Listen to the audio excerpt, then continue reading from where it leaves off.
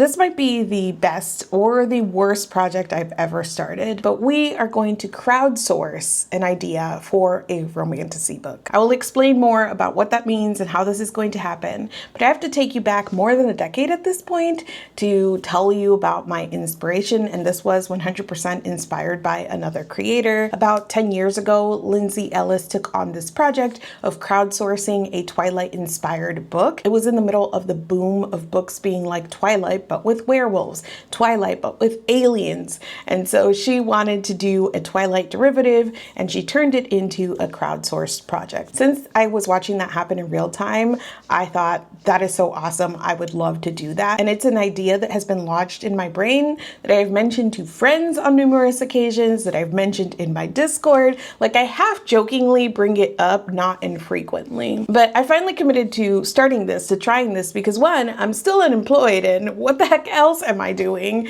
And two, the whole Danny Francis thing. If you guys haven't heard about Silver Elite by Danny Francis, it's a new dystopian romance that came out from Del Rey, and I will be doing a full review of it. I'm still in the middle of reading it. I'm doing a reading vlog. I'm not sure what you guys will see in its final form, but you will get a video about this book soon-ish. I don't know how soon, if I can do it before BookNet Fest, which is coming up next week. So I'm in the thick of final preparations for that. I'm so excited for BookNet Fest, but likelihood is that you will get my Danny Francis video after. I don't know, we'll see. If you want just like a quick rundown of what has been happening with Danny Francis and all the speculation about a pen name and all of that, I will link to a TikTok or reel that I did so that you guys can get caught up. But thinking about this very formulaic sort of book, and like how I keep hearing people say that Romantasy is going to have like an eventual crash, but it seems like publishing is still investing in these books, and like the continued success of Fourth Wing is definitely leading that. Sarah J. Maas continues to sell millions upon millions, so that is a big driver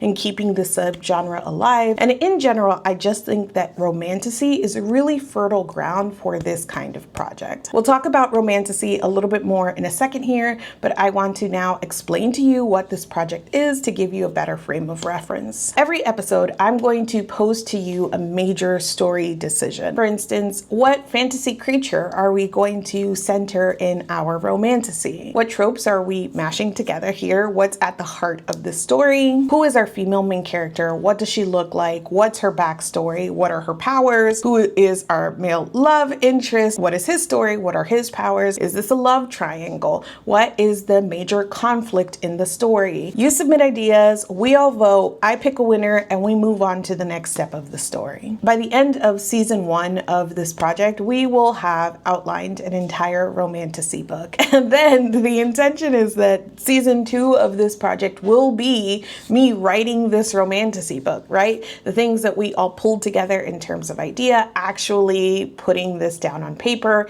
and trying to sort of mimic the style that becomes a bestseller in this subgenre. And I think that really committing to the bit would be then, after writing this, shopping it for real to agents.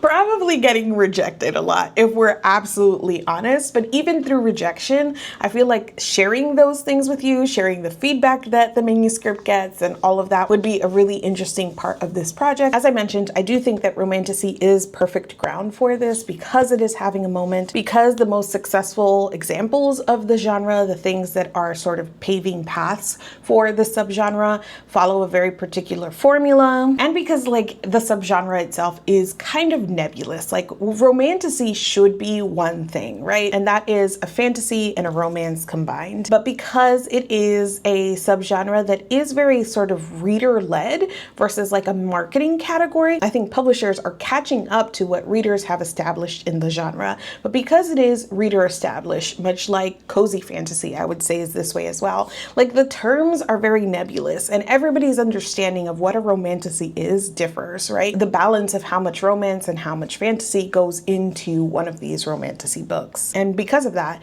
Romantasy is being heavily defined by those most popular works, right? Like everybody's going to the Sarah J. Maas school of writing these books. And so we see a lot of that being copy pasted and repeated in the things that find the most success. I hear a lot of people defending Romantasy based on like the not so popular people who are doing it differently, who are caring more about their fantasy, who know how to write a good romance. And like that is ideally what Romantasy would be. But I think that for a lot of people, when they talk about Romantasy, they're not talking about what the genre should be, but they are talking about this very specific like niche, but they're selling millions of copies like that, you know, the Sarah J. Maas's, the Fourth Wing, the From Blood and Ash, the Bridge Kingdom, the Serpent in the Wings of Night, the Plated Prisoner series. And throughout these things, we can establish some patterns, right? There's usually some sort of hidden or exclusive or oppressive magical society, whether that's the female main character discovering Fae, or being admitted to military school with dragons, or gaining access to her enemy's kingdom, whether that's vampires or warring gods, right? There's like some element of a magical society that is either cut off from our female main character at the beginning that she is gaining access to that has been hidden. I think that that dynamic is important here because it introduces an element of instant escapism. You have lots of room for fish out of water sort of dynamics or court intrigue sort of dynamics. Our female main character is usually young. She is somewhere ranging from like 19 to maybe 23, 24. She is chosen in some way, but often reluctant at the beginning of our story. The magic systems and the fantasy element in general tends to be very accessible in these books. The romance in a Romantasy tends to be still the driving point, the focus of the story, and the fantasy, like to varying degrees of success. And I would say that in these books that I've mentioned that are the major examples of Romantasy, like fantasy is usually not very well done. It's flimsy. It's just in the background to sort of prop up the world.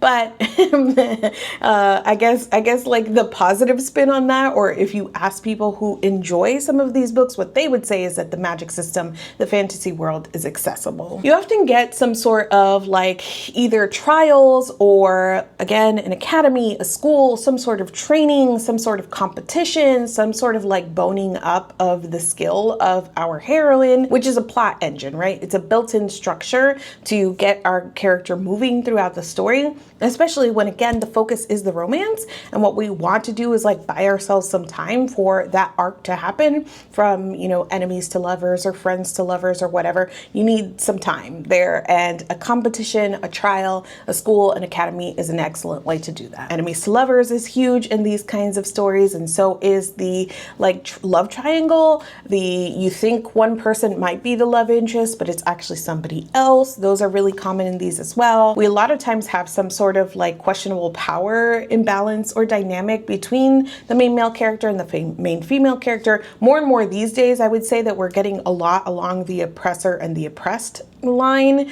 Oftentimes we get age gap with a very old, centuries old sort of main male character and a young female main character. And there tends to be a lot of, if not explicitly like a bonded mating sort of thing, it has that like feeling to it. Like these two people are soulmates and they are meant to be together. Like they too, like there's no one else in the world. And there's a lot more that we could touch on, right? Like the found family dynamics. A thing that Sarah J. Maas does a lot is having like a really exclusive sort of in crowd that I think gets readers really emotionally invested in some of these side characters, no matter how flat they may be, because there is that sense of exclusivity. Mid-book makeovers or power-ups, false ending, a big villain reveal, faux feminist wish fulfillment, and on. And we will, of course, delve into each of these elements as we hit them in our project. Now, the thing I have thought a lot about as I was like thinking about putting this all together is like what the end goal is here, because I don't think necessarily that the end goal is to write a bad book, right? Like I also am very aware of my own skills and abilities, right? I'm not like trying to put myself out there as like the best writer ever. Quite the opposite. I know that I will be limited by my own capabilities here. I'm again not trying to like position myself as the best writer ever. That is not the end goal here as well, but there is a sense that like good writing like it need not apply in a lot of these instances, but there is like a very specific formula to the writing, right? The accessibility of the writing and the way that the world building is very like in your face, and tone is forced and everything is forced in a way that, again, I feel confident that my non-abilities could get me to the level that some of these books are written in, if that makes sense. But again, I wouldn't say that the project is to write a bad book. I would say that the project is to deliberately lean into some of those things that I've mentioned. What are the most overused tropes that define this genre, right? We want to make the big granddaddy of a romantasy. I think it's going to be like interesting to toe the line here in terms of like the things that I'm outright not going to do. Like a lot of these things are racist and I'm like not going to do racism for the sake of this project. But I do think that the project of towing the line of like leaning into the tropes that exist and how far we can subvert them before we are like getting out of the umbrella of these sorts of romantasies, like that's going to be the interesting thing to sort of navigate. Does that make sense? Because I know that is wishy-washy what I just said all there, but I think it's because that like that will be better defined as we move along and as we go from like big idea to actually making decisions about the book, right? It will lead us down the path of making decisions about where we're honoring and leaning into these tropes deliberately and where we feel like we can subvert. But again, I'm not crossing it. Like there will be no pro-military propaganda. Like I'm not doing it. We're not doing racism. I want to be really careful about how we do navigate like power imbalances. So there are things that even for the sake of the bit that I just have to be true to myself about. And I'm taking you on the journey to decide like how we can do that and still end up with a book at the end that would be worthy of sprayed edges and someone going, I just turned off my brain and I loved it. I'm really excited about this because, again, people love romantasy. People love to hate romantasy.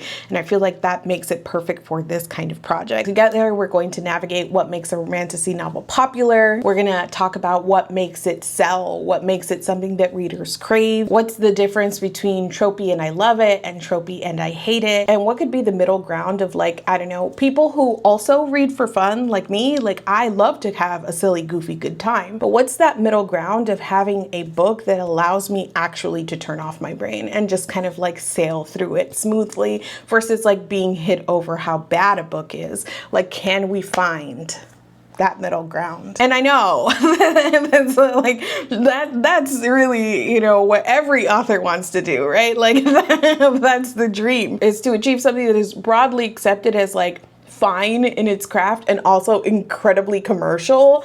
So again, I'm not setting myself up that this will be possible, but I do think that it will be interesting to try together. Okay, so like we're starting immediately. I think the best place to start is to decide the foundation.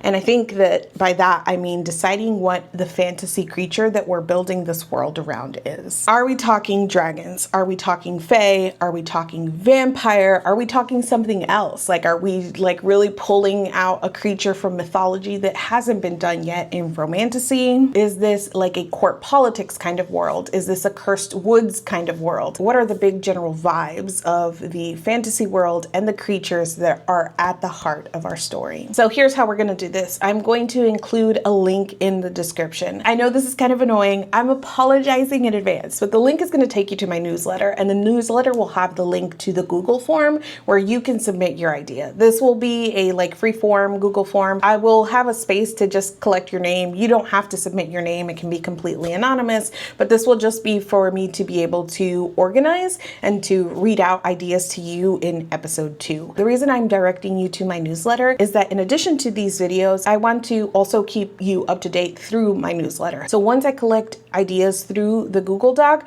I will be posting a bunch of them on my newsletter, and that's where I will also run on polls. Then I will do a follow-up video, and that will have the results of the ideas, the results of the polls, and then ultimately what I finally decide. And then we'll follow that up with the next thing we have to decide, which in this case I think might be tropes. I think like what is the key tropes that we are working towards. Let me know if you think that's a good second step after the foundation or the magical creatures. We can then do tropes. If you think it should be something else, let me know as well. I think that covers the basics of what I needed to tell you about. If you have other questions, let me know. I'm really open to adjusting this as we go. I think this project will take form as I interact with you guys and as we figure out what we're doing here. I'm really excited for this.